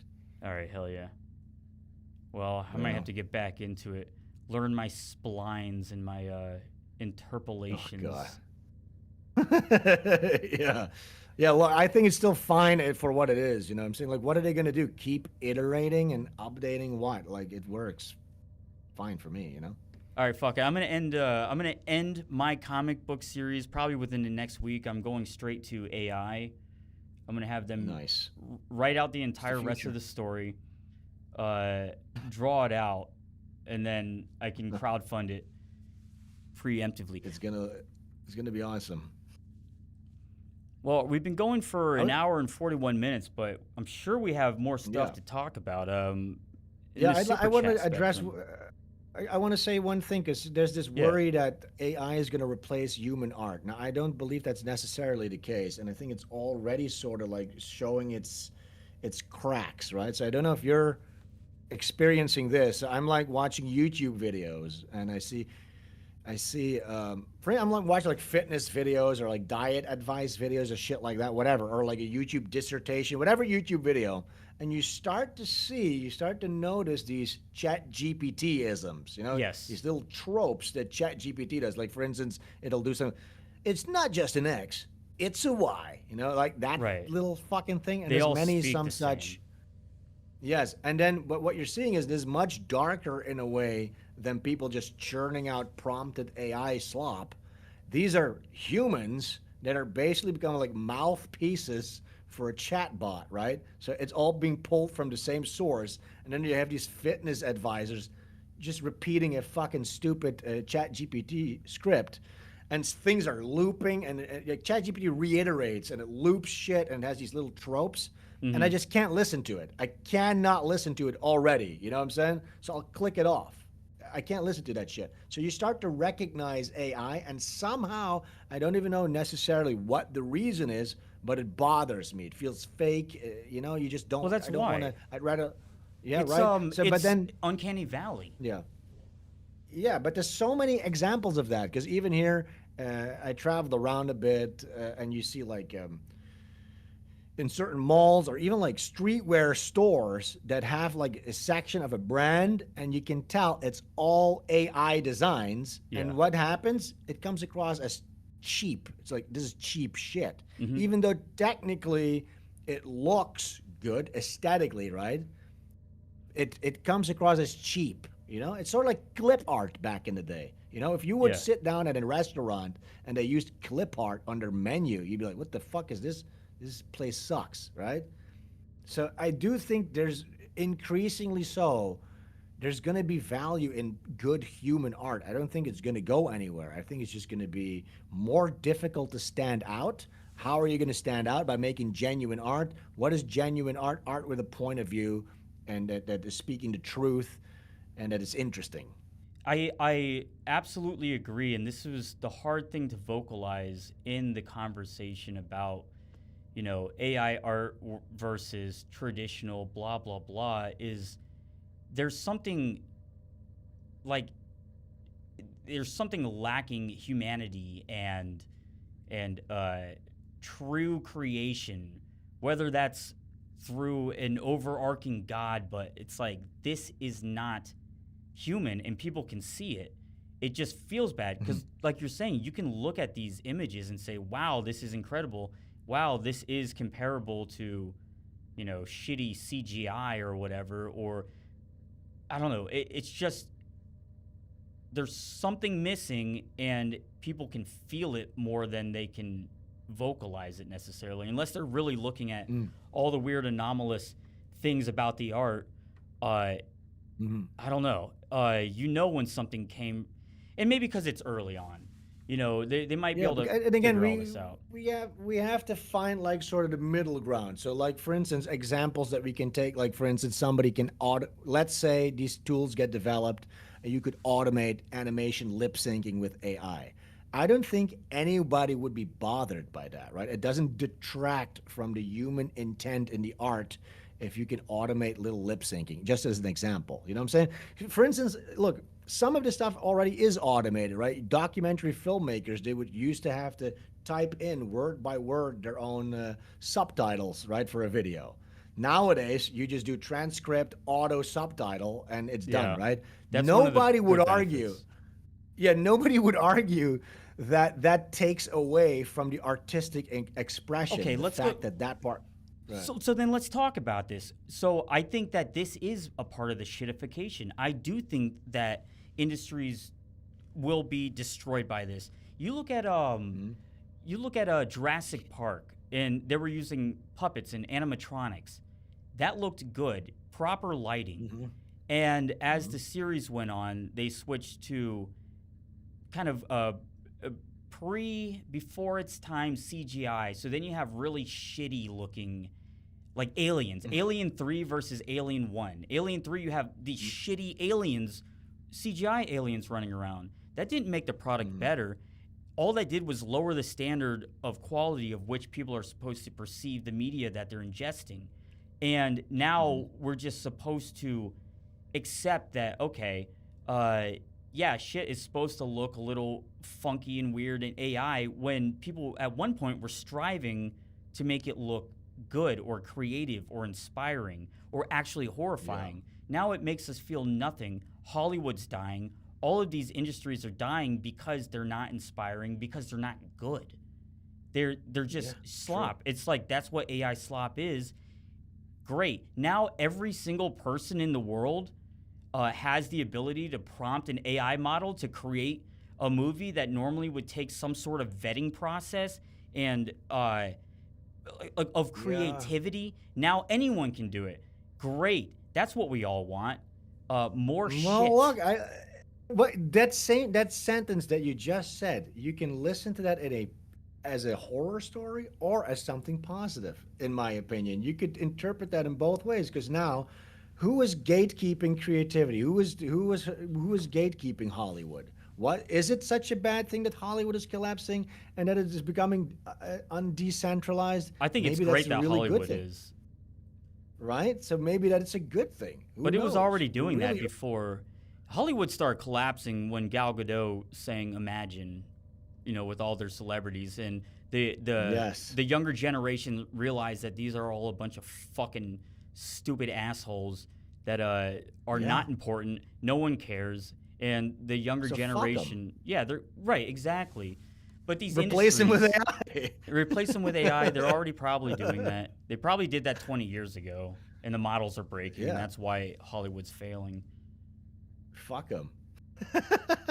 See, you're kind of like, see, we need to find the balance here. There is a balance. There's good and bad with this, and we need to balance it out properly. So and I think the way yes, but also creativity. I just think like the fact that artists are light switch braining this and writing it off as entirely bad is a bad thing, because now they're not part of the discussion. They can't like bring in any nuance. They can't make these tools actually be geared towards them. So you're just distancing yourself from it more and more.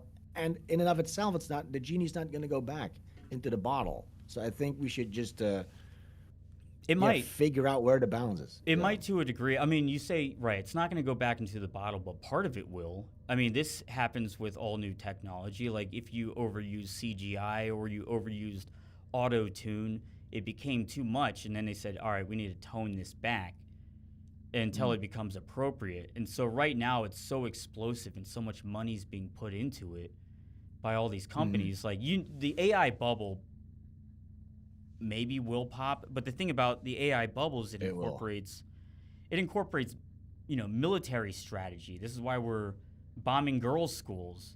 It's not just generative art. So this is farming techniques. This is replacing all workforces throughout every facet. But what industry right now is becoming better because of this? And maybe I'm radiology. Is it?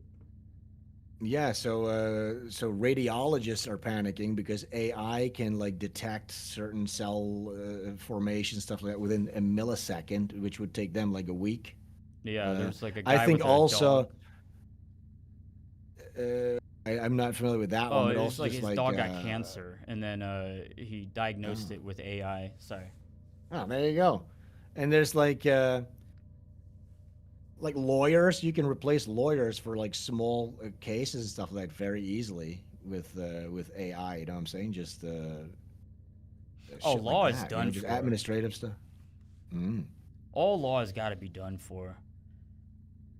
So real quick, there's one Super Swim Team 7 says, can't wait for the Butch Omnibus. Love Sven's art style. Thank you. And maybe that's your omnibus. That might be where people started tuning out. Because I know the AI discussion is so boring for so many people. It's or important though. redundant. I think so. It's important. It's an important topic. Look, I understand my audience is sick of it because I talk about it so much, but I feel it's important to stay up to date with the nuances and the ins and outs. It's an important topic. I think. I understand it's fucking boring, but you know.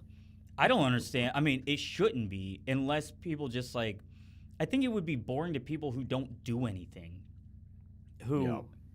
or don't realize how close they are to just being completely replaced. But any creative mind, you got to see how this is a threat to everything you're doing. Why even write? Yeah. Music's going to be obsolete soon, or completely changed to some sort of direction in which. I don't know. I mean, are people just going to go back to listening to old folk songs, or are they going to listen to heavily generated beats that all sound soulless? I mean, how many songs have come out in modern times in the music industry that are memorable past 1 month?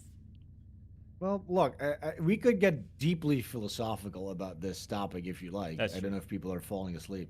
I can tell. Look, because here's the thing. Okay, now go ahead. Oh, no, just one person who happens to be a big Eggy fan said he's streaming in 40 minutes, so he was trying to rally everyone to leave this stream, which hopefully they do not. And if they do, we're about to get really philosophical. Look, so these AIs, they're pulling from one pool. So AI has learned from the collective human experience, right? So that's what they're pulling from. Now, if you're an artist and you've made stuff artistically, whether it's drawing or music, you understand that you're intuiting things. You're pulling from somewhere. Now, people have called this the Platonic realm. You know what I'm saying? The Platonic realm of forms. Ether, right? Of sorts. The ether, whatever the Akashic record, right? But if you've ever created something, you recognize this, and sometimes it's from second to second. You're doing choices, and you're pulling from somewhere, okay? That's what humans have the ability to do that. Now, there's a cap on AI creativity and music because it can only pull from what's already established. So it can not really, and then people will go, well, human creativity is also a combination of inspirations and stuff like that. That's true, but I think it goes beyond that. I think it goes into the Platonic. It goes into God consciousness, actually. Yes, that absolutely. is what you're doing. And that AI does not have that ability to tap into that. You know what I'm saying? So that is why human-made art, it's always going to be around. It cannot be replaced, I believe. Because you have God, you have the ultimate knowledge, then you have man, and then AI. AI can only take from man. Man can only decipher what it's receiving from the ultimate knowledge. Yes. And what we perceive around us. But the thing, unlike us just taking what we see around us and interpreting that into some sort of art form, there's also a weird mutation aspect where, and that's like the ether pull, where something tells your mind, no, this needs to be changed in a way that I'm not familiar with. That's how art changes. Mm-hmm. If all art was absolutely just derivative, then it would all just be copying itself and it would cough up into a fucking vomit. And that's essentially the only thing that AI can do right now. It can't innovate. And you're already seeing it. You're already seeing that. If you watch, and just as an example, fitness influencers, they're all making the same video. That's all pulling from the same source, and it's all pulling from the same way of like writing and the same tropes. So it's already that. They're all becoming the same thing. So it's possibly made up completely, too. Yeah, possibly made up. Possibly it's wrong. It's like an hallucination. Like keto facts. Keto. It's not just a lifestyle. It's a way. They're all saying a same approximation of the same thing with the same information, and it's inhuman and boring, and it's kind of like pathetic. You feel kind of like pathetic listening to guys like this. You know what I'm saying? You don't want to believe it. You don't want to ingest any of this information because, first off, you don't know if any of it's true.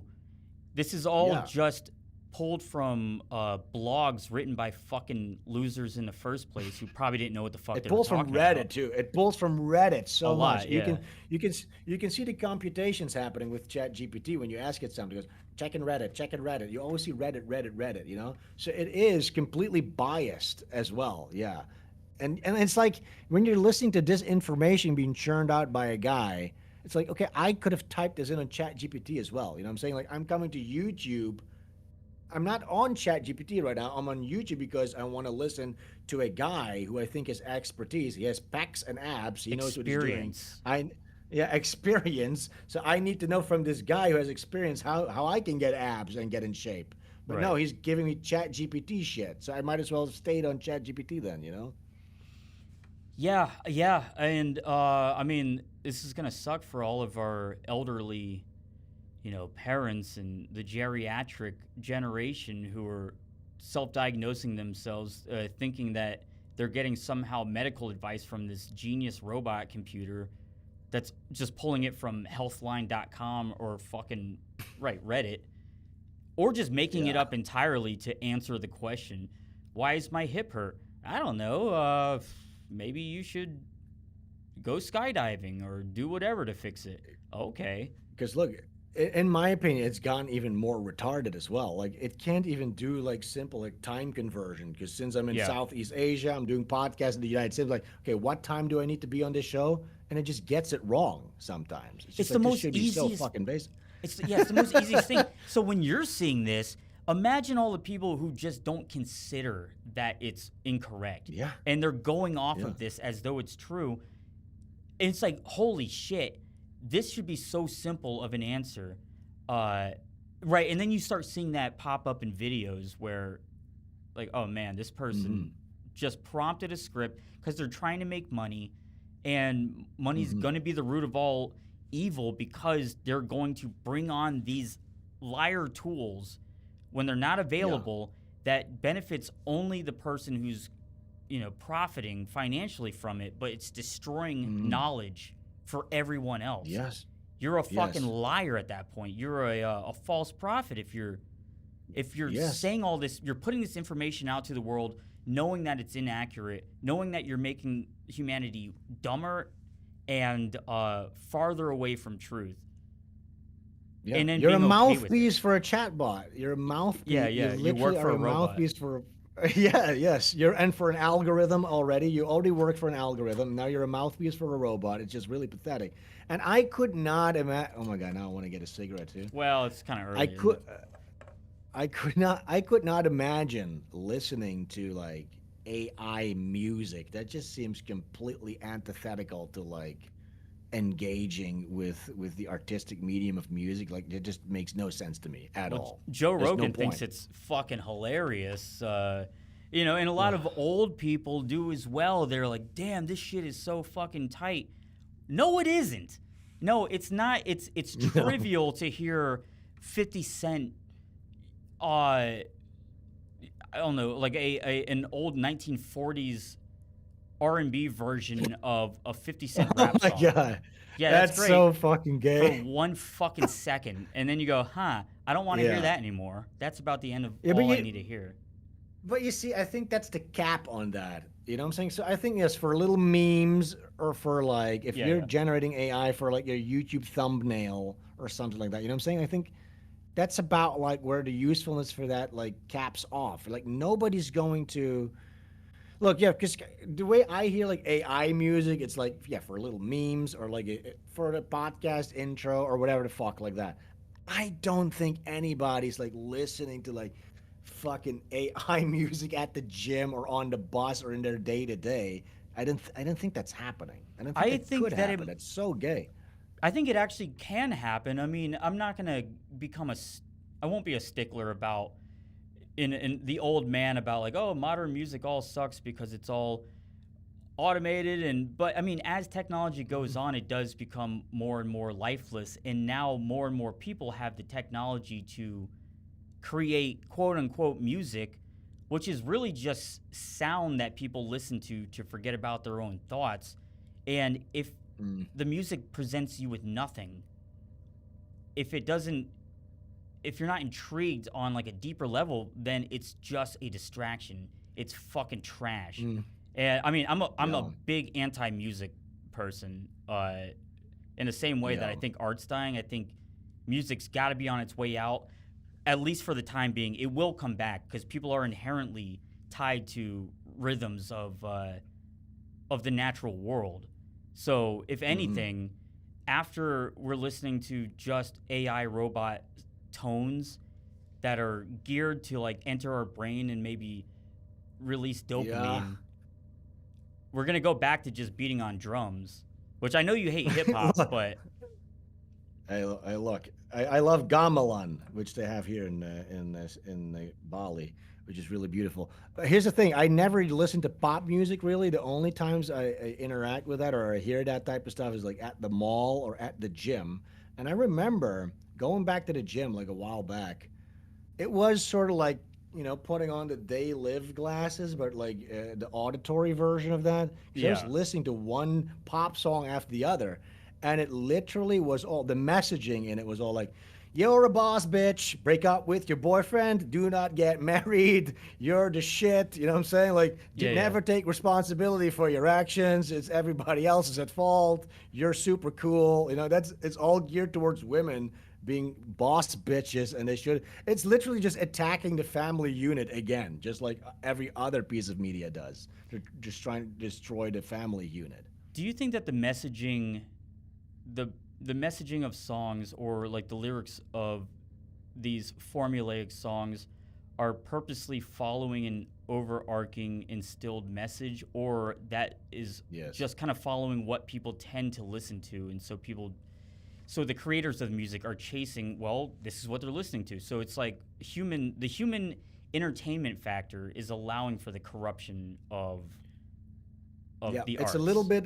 It's a little bit of both, right? So it's the same with like corrupt politicians. They don't get a memo every day telling them what to do by some kind of a secret cabal. It's like a culture that's created, and they just end up following the culture because it incentivizes profit and power and stuff like that.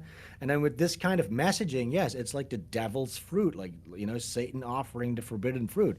Yeah, it is for a woman, a weak-willed woman, being told that nothing's her fault. She doesn't need to take responsibility.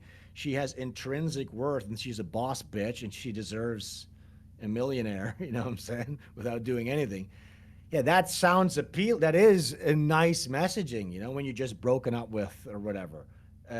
But is it healthy to be bombarded with that kind of messaging over and over and over again, everywhere you go in the public space, whether it's a mall or a gym? No, I do think that has like genuine negative effects. Yeah. So is you know, not to be a super Redditor atheist here, but is that all not God's creation? And who are we to be the humans who say that this new technology or these new ideas that we don't disagree with because we might be a primitive form of whatever the ultimate goal is? Who are we to slow it down if that's where it's going? Or is what we disagree with the devil? So I'm not even advocating for slowing it down. I'm saying get involved and steer the pendulum into a proper direction, is what I'm saying. I'm not saying it's entirely bad or entirely wrong. I'm saying battle. It's, yeah, yes. Well, yeah, I mean, shit. I mean, that's why, like, all right, as I'm working on music now, going back to what we were saying before, you have to do something that cannot be created by the terms of service. They cannot fall under the rules, or else it's garbage. Something always needs to be pushing a line. Yeah, I agree with that 100%. And that's where the truth lies. The truth lies beyond the edge, you know what I'm saying? Yeah, I know. And will we ever reach it? And if so, do you think that falling in line is that? Oh, no, you just said it. It's about gearing it, immersing yourself in it, and then wrangling it back. That's about all we can do. Yes, yes. And it's the same thing. You're diving into that unknown and wrestling with it rather than denying it or trying to ignore it, run away from it, putting it back in the bottle. None of that is going to work. It's not going to work. I'm saying we can put it back in the bottle. I'm seeing a world I don't think so. where the technology goes so far, everyone fucking hates it, and then they backtrack on it. A little bit like eugenics, but they're still going to work on it in the behind the scenes, even though it's not in popular culture. And then who actually prevails are the people who are utilizing it. You think eugenics is not around anymore? What do you think mass immigration is? No, I'm saying that on the public aspect of eugenics, it was said, oh no, we're not ready for this technology. Therefore, we should set laws in place that, prevent gene splicing and manipulation, but it's still being done all over the world and through different means. Sure. It's happening, just not by a small folk. It's happening through the hands of the people who, I don't know what their goal is. I don't know what the ultimate goal that the quote-unquote elite are trying to do. Are they trying to destroy humanity? You don't? Well, who does? Just read the Torah. You'll find out. It's a Magog and Amog and all that type of shit. The fall of Rome, the rebuilding of the temple, bringing forth the Antichrist. You're talking about like the Old Testament? Yeah, that type of shit. That's what's happening. You know what I'm saying? They already sacrificed the red heifers. They're ready to go. All right. What if someone built the third temple first? Someone with just a little bit of money said, made it a YouTube series. I'm building the third temple. Right here in Florida. Well, no, it has to be where the dome on the rock right now is. It all is going according to prophecy, right? So they're fulfilling the prophecy. So you would have to go there. Let them build it. That one. Let them build a third temple and just see what happens. Like, is that truly the end of the world? Let's fucking find out. You're an accelerationist. Well, let's fucking go. Sure. Well, look, you convince Muslims to demolish their most holy temple first. See how happy they're going to be with that one, and then we can rebuild the Jewish one. I think we're going to see it in our lifetime. We'll see that happen. That's the one thing. These are very interesting times. If anything, it's always kind of off-putting talking to some older boomers when they're like, oh, nothing ever changes. Always invest in the stock market. Just take like the fucking who's that old investor? He's like the best investor. I can never remember his name. Whatever. Doesn't matter. If you just follow his method that he's been doing since the 60s, everything will stay exactly the same. All right, well, you're ignoring that the dollar's failing, that there's cryptocurrency, that there's an AI takeover of all these industries. These are truly interesting and wild times. This is a new Wild West, and there is an authority that is trying to, if not already controlling it, trying to control it absolutely to dehumanize people's spirit. Yeah. But I hope I'm wrong. It's not. No, you're right. You're certainly right. Yeah. So I don't even know what to invest in anymore. Every investment advice is just wrong at this point. Gold is fucked. Oil is through the roof. Everything's fucked. Maybe investing in like Palantir and like weapons and stuff is maybe a smart idea at this point. Isn't that evil? That's probably. It is. So I'm not sure if I'm going to do that. I am going to buy like a solar power generator as a backup for my backyard, just in case. Maybe get like Starlink internet just to prepare a little bit. I think everybody should do a little bit of prepping coming up.